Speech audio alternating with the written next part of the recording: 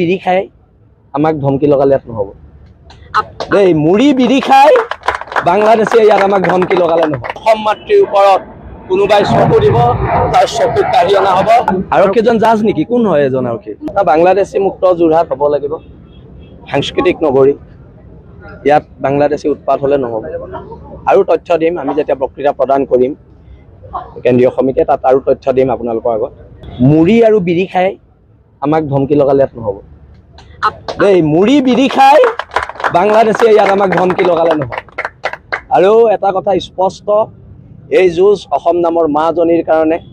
খিলঞ্জীয়াৰ আমাৰ আহিবলগীয়া উত্তৰ প্ৰজন্মই যোৰহাট ৰাজপথত ভালদৰে খোজকাঢ়িব পৰাৰ বাবে আৰু এই সংগ্ৰাম চলিব দেশ আৰু জাতিৰ বাবে আৰু এটা কথা পুনৰ কৈছোঁ অসম মাতৃৰ ওপৰত কোনোবাই চকু দিব তাৰ চকুত কাঢ়ি অনা হ'ব আৰু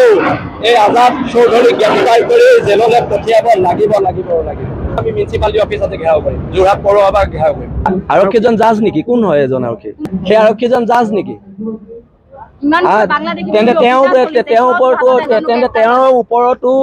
আৰক্ষী দায়বদ্ধতা আয়োগত গোচৰ দিয়া হ'ব গ্ৰেপ্তাৰ কৰি জেললৈ পঠিয়াব লাগিব ঘৰটো উচ্ছেদ কৰিব লাগিব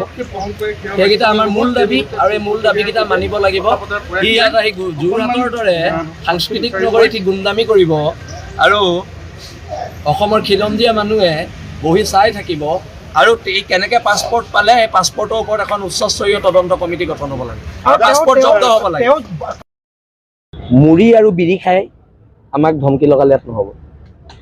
দেই মুড়ি বিড়ি খাই বাংলাদেশে ইয়াত আমাক ধমকি লগালে নহ'ব অসম মাতৃৰ ওপৰত কোনোবাই চকু দিব তাৰ চকুত কাঢ়ি অনা হ'ব আৰক্ষীজন জাজ নেকি কোন হয় এজন আৰক্ষী বাংলাদেশী মুক্ত যোৰহাট হ'ব লাগিব সাংস্কৃতিক নগৰী ইয়াত বাংলাদেশী উৎপাত হ'লে নহ'ব আৰু তথ্য দিম আমি যেতিয়া বক্তৃতা প্ৰদান কৰিম কেন্দ্ৰীয় সমিতিয়ে তাত আৰু তথ্য দিম আপোনালোকৰ আগত মুড়ি আৰু বিড়ি খাই আমাক ধমকি লগালে নহ'ব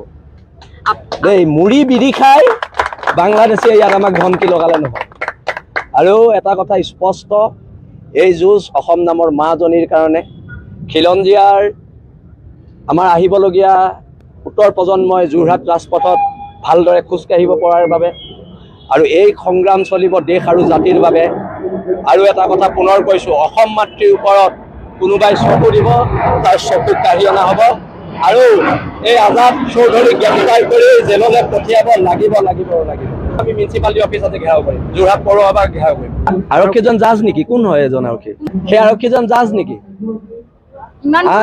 তেন্তে তেওঁৰ ওপৰতো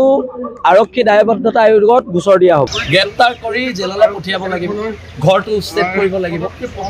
সেইকেইটা আমাৰ মূল দাবী আৰু এই মূল দাবীকেইটা মানিব লাগিব সি ইয়াত আহি যোৰহাটৰ দৰে সাংস্কৃতিক নগৰীত সি গুণ্ডামি কৰিব আৰু অসমৰ খিলঞ্জীয়া মানুহে বহি চাই থাকিব আৰু কেনেকৈ পাছপৰ্ট পালে এই পাছপৰ্টৰ ওপৰত এখন উচ্চস্তৰীয় তদন্ত কমিটি গঠন হ'ব লাগে পাছপৰ্ট জব্দ হ'ব লাগে